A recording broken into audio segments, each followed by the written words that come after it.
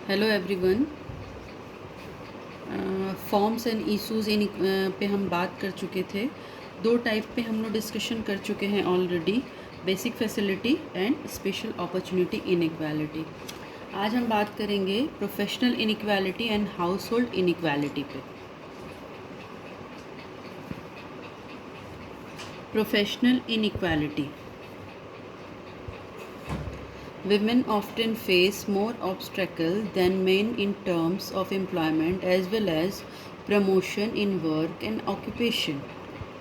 रोजगार के साथ साथ काम और व्यवसाय में पदोन्नति के लिए, प्रमोशन के मामले में महिलाओं को अक्सर पुरुषों की तुलना में अधिक बाधा का सामना करना पड़ता है। ये केवल भारत देश में ही नहीं बल्कि जापान जैसे देश जहाँ पे आंकड़े हैं, जनसंख्या है और महिलाएं वहाँ भी उच्च तकनीकी शिक्षा प्राप्त की हुई हैं, लेकिन रोजगार और व्यवसाय के ऊंचे पद पर प्रगति हेतु पुरुषों की तुलना में उन्हें भी वहाँ पे कई तरीके की इनइक्वालिटी का सामना करना पड़ता है। Occupational inequality is the unequal treatment of people based on gender, sexuality, height, weight, ascent or race in the workplace।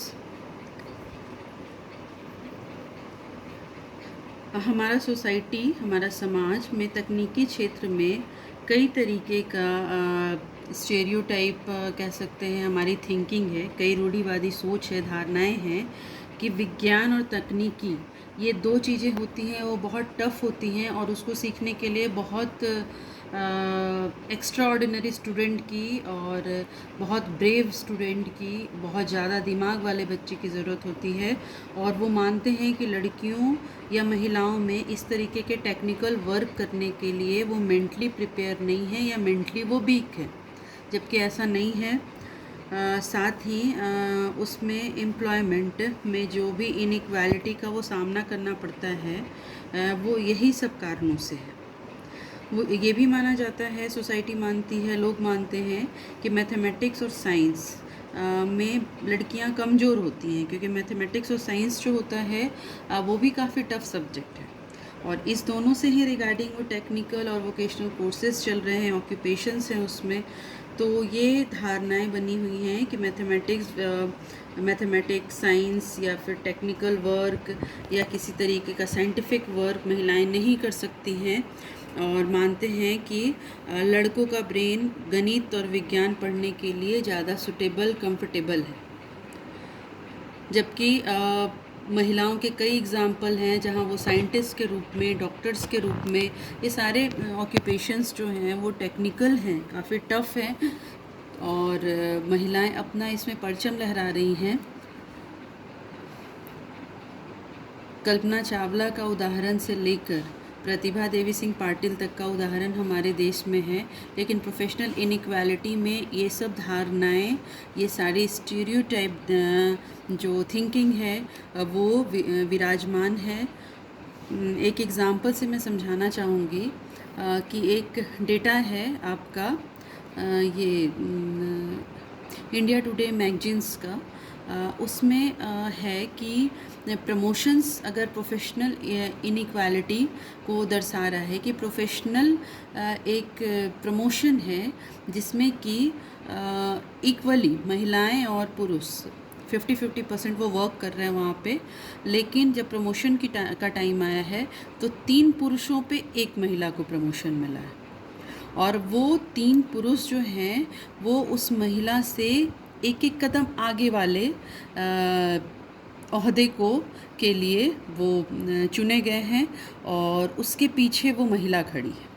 तो कहीं ना कहीं ये जो प्रोफेशनल इनइक्वालिटी है ये सोसाइटी में विराजमान वही स्टीरियोटाइप थिंकिंग है, ना कि ये चीज़ें सही है कि मेंटली टेक्निकल वर्क करने के लिए या कोई ऑक्यूपेशंस चुनने के लिए जो टेक्निकल है या जहाँ मैथमेटिक्स, साइंस और साइंटिस्ट हैं वहाँ पे महिलाएं कंधे से कंधा नहीं मिला सकती हैं।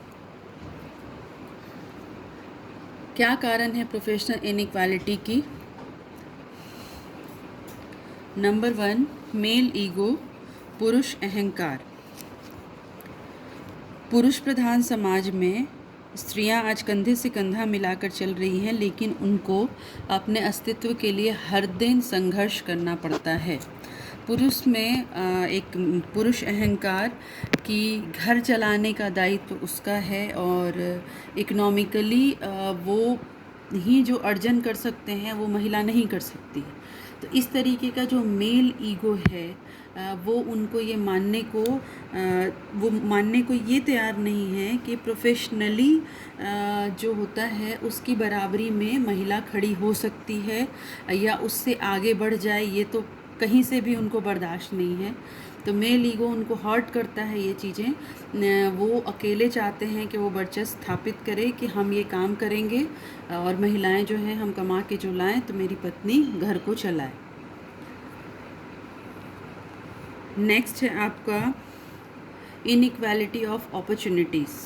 ठीक इसके पहले वाला जो आपका हम फॉर्म्स पे बात किए थे, स्पेशल अपॉर्चुनिटी इनइक्वालिटी, किस तरीके से हम लोग बात किए थे कि स्कूली शिक्षा सहित कई सारे बेसिक फैसिलिटीज़ हैं, हायर एजुकेशन है जहाँ पर उनको अपॉर्चुनिटीज़ नहीं मिलती है। हायर एजुकेशन और वोकेशनल ट्रेनिंग में कहीं ना कहीं वो जो जेंडर के लिए पहले से बना हुआ धारणा है वो भारत ही नहीं दुनिया के बहुत सारे रिचेस्ट कंट्री जिसमें यूरोप और उत्तरी अमेरिका शामिल हैं वहाँ पे भी है। तो इनइक्वालिटी ऑफ अपॉर्चुनिटी, अवसरों की समानता नहीं है, अवसरों की असमानता। अवसर आते हैं लेकिन वो अवसर कहीं ना कहीं पुरुषों के लिए आपको कह सकते हैं कि प्रोफेशनल अपॉर्चुनिटीज़ का मार्ग प्रशस्त करते हैं, खोलते हैं, महिलाओं के लिए नहीं। नेक्स्ट है आपका लैक ऑफ फिज़िकल स्ट्रेंथ, शारीरिक सुदृढ़ता का अभाव। मनोवैज्ञानिक ये धारणा रखते हैं कि फ़िज़िकली स्ट्रेंथ जो होता है वो पुरुषों का ज़्यादा होता है और कई वर्क होते हैं आपके ऑक्यूपेशन में, प्रोफेशनल लाइफ में, जहाँ पे कुछ शारीरिक परिश्रम महिलाओं को करना पड़ता है और उसके लिए ये प्रोफेशनल इनइक्वालिटी इसलिए भी विराजमान है क्योंकि शारीरिक सुदृढ़ता में वो मानती है कि पुरुष जो है वो ज़्यादा स्ट्रॉन्ग है कंपेयर बिटवीन फीमेल। तो lack of physical strength. Next है आपका मेलिस्ट थिंकिंग, पुरुषवादी सोच। मेल ईगो पे बात हो गई है। मेलिस्ट थिंकिंग, पुरुषवादी सोच ये मानने को बिल्कुल तैयार नहीं है कि उसके सेम प्रोफेशन में एक महिला है, उसका सेम वर्क एक महिला करती है। वो वर्क को वो अगर 4 घंटे में कर रहा है तो महिला उससे अगर कम समय में कर रही है। ये सारी चीज़ें जो मेलिस्ट थिंकिंग होती है वो इस चीज़ को स्वीकार नहीं कर पाती। वो ये स्वीकार करने को तैयार नहीं है कि मेरा जो सैलरी ग्राफ है उसके इक्वल एक फ़ीमेल को मिलता है। अगर प्रमोशन की बात आती है तो जो प्रोफेशनलिज्म है, प्रोफेशन है जो वहाँ पे वो अपॉर्चुनिटीज़ में या प्रमोशन में एक महिला का भी नाम है कि इतने लोगों का प्रमोशन होना है। तो ये मेलिश थिंकिंग जो है ये कारण है प्रोफेशनल इनइक्वालिटी की, जो कि कहीं ना कहीं हर सोसाइटी में, हर प्रोफेशन में विराजमान है और महिलाओं को इनसे हर दिन जूझना पड़ता है। नेक्स्ट आपका है हाउस होल्ड इनइक्वालिटी, घरेलू असमानता।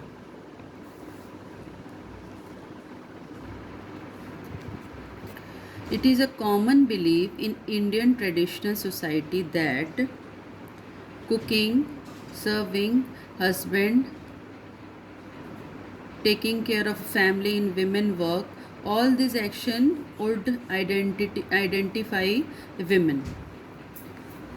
भारतीय पारंपरिक समाज में यह एक आम धारणा बन चुकी है।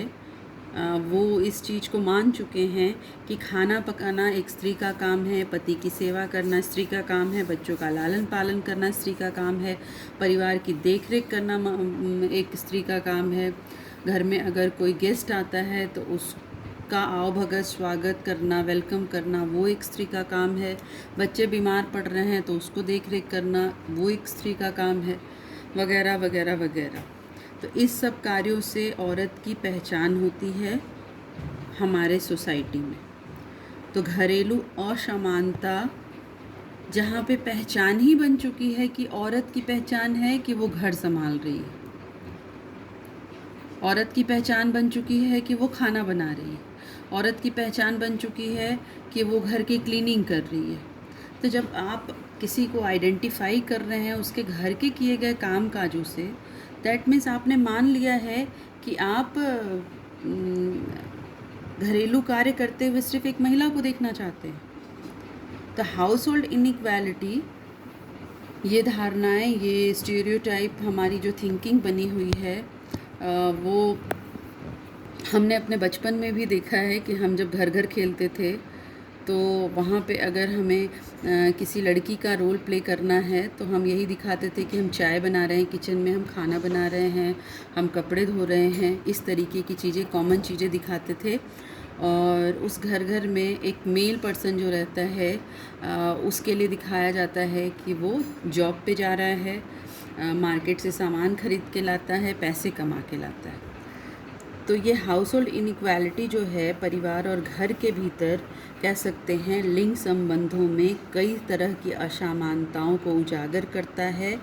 और यही सारी चीज़ें जो हैं वो पारंपरिक रूप से बहुत दिनों से चली आ रही हैं। और यही रूढ़िवादी धारणा वर्तमान भारतीय परिवार ने, समाज ने स्वीकार कर लिया है।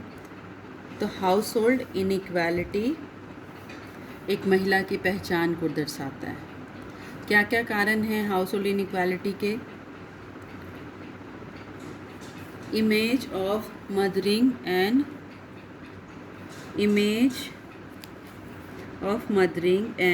रिननरिएशंस,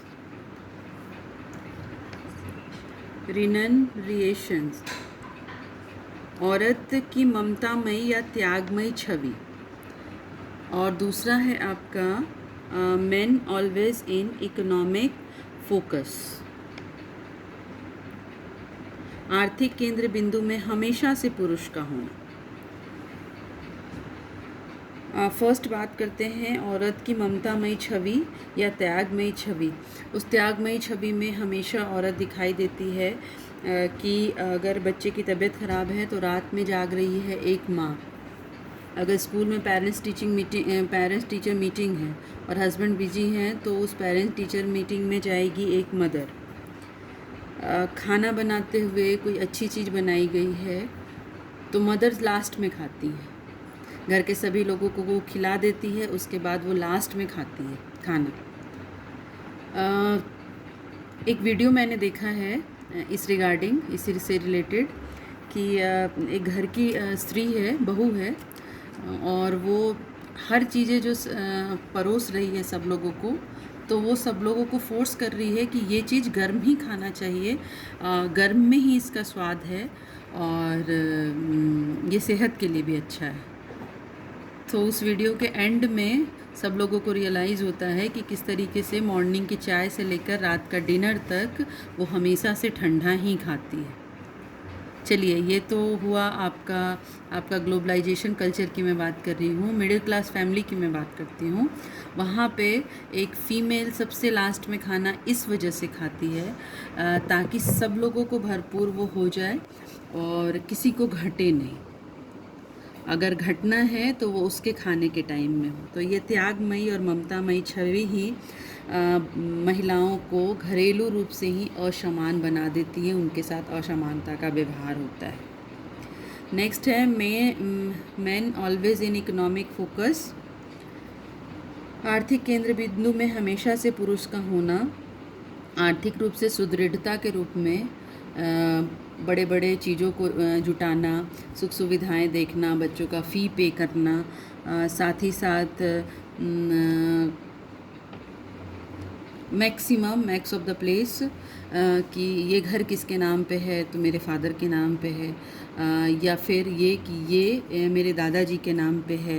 तो इस तरीके की जो मेंटालिटी है, जो रूढ़िवादी धारणाएं हैं, इसके वजह से भी आर्थिक केंद्र बिंदु में हमेशा से पुरुष रहते हैं। और ये कहने में बिल्कुल भी हिचक की बात नहीं है कि जिसके हाथ में फाइनेंस होता है, पूरे घर का पावर उसके हाथ में होता है। तो घरेलू और समानता का ये दो बहुत ही मुख्य और महत्वपूर्ण रीज़न है। और आपके एजुकेशनली ये दो चीज़ों पे आप फोकस करिएगा कि हाउस होल्ड इनइक्वालिटी में इन दोनों चीज़ों का क्या रोल है। चलिए आज के लिए इतना ही। Thank you.